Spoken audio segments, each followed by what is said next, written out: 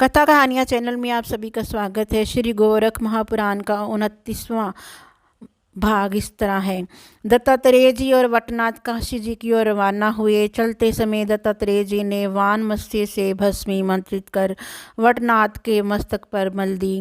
तभी क्षण भर से वह दोनों काशी जा पहुँचे और नित्य कर्मों से निपट कर शिव जी से मिले। तब शिव जी ने दत्तात्रेय जी से पूछा कि आपके साथ ये दूसरा कौन है। दत्तात्रेय जी बोले, ये एरहोत नारायण के अवतार है और नागिन के गर्भ से पैदा होने के कारण इनका नाम नागनाथ है।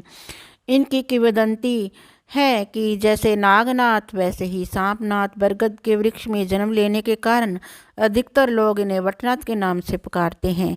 ये सुनकर शिवजी ने वटनाथ को दीक्षा देकर नाथ पंथ में दाखिल करने को कहा। वटनाथ को 6 माह वहाँ रखकर सारी विद्याएं सिखाकर 64 कलाओं से भी अवगत कराया। फिर नागगर बस्ती जाकर सारी साधनाएं सिद्ध करवाई। इसके बाद दत्तात्रेय जी ने उसे बद्रिकाश्रम ले जाकर तपस्या करने के लिए बिठाया। वहाँ उसने 12 वर्ष तपस्या की और सब देवताओं से वरदान प्राप्त किए। फिर उसने वहाँ ब्रह्मभोज किया। सब विद्वान भोजन जीम कर अपने अपने घर गए।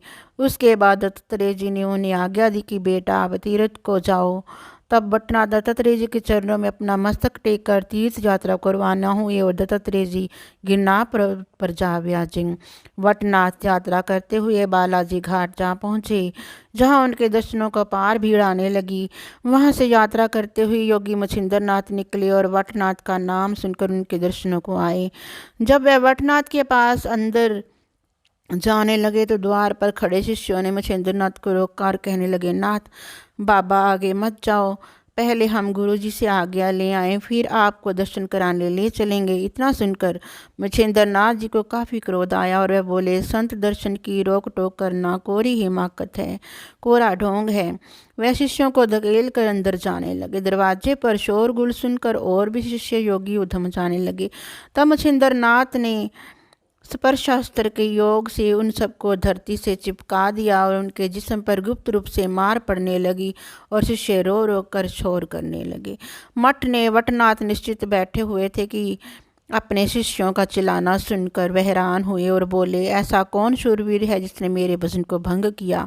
अपने शिष्यों की दशा देख क्रोध में भरकर इन्होंने गरुड़ बंधन मंत्र जपकर स्वर्गलोक में गरुड़ बंधन किया और विभक्तास्त्र जपकर अपने शिष्यों को मुक्त किया। सारे शिष्य भयभीत होकर अपने गुरु के पीछे खड़े हो गए।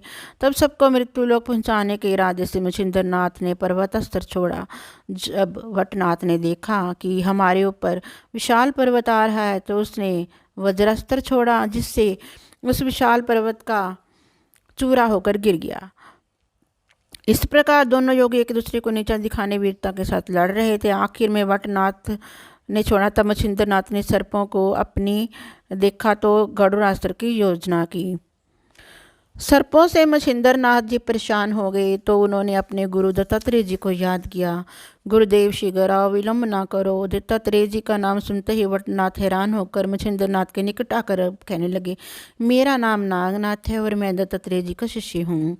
मछिंद्र नाथ ने उत्तर दिया, जालंधर नाथ, रेवानाथ वगैरह सभी दत्तात्रेय जी के शिष्य हैं, परंतु प्रथम शिष्य मैं ही हूँ। इस कारण मैं तुम्हारा बड़ा गुरु भाई हुआ। मेरा नाम मछिंद्र नाथ है। ये सुन नागनाथ ने मन में पछतावा कर तुरंत गरुड़ बंधन तोड़ गरुड़ास्त्र का जाप किया, जिसके प्रभाव से गरुड़ धरती पर आए और सारे सर्पों ने देख अपने का विष स्वयं पीकर चले गए। इसके बाद दोनों नाथपंथी योगी गले मिले और गरुड़ दोनों नाथों को नमस्कार कर स्वर्ग को चले गए।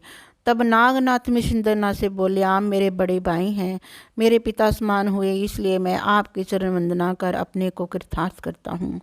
ऐसा कहकर नागनाथ मछिंद्र नाथ को अपने मठ में ले गए और 1 महीने तक दोनों प्रेम पूर्वक योग चर्चा में मगन रहे।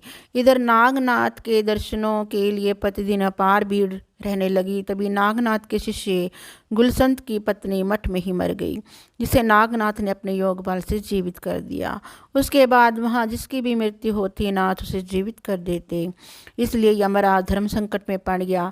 तब उसने ब्रह्मा जी को जाकर सारी बात बताई और ब्रह्मा जी ने स्वयं नाथ के पास जाकर प्रार्थना की तथा ये कार्य बंद करवाया।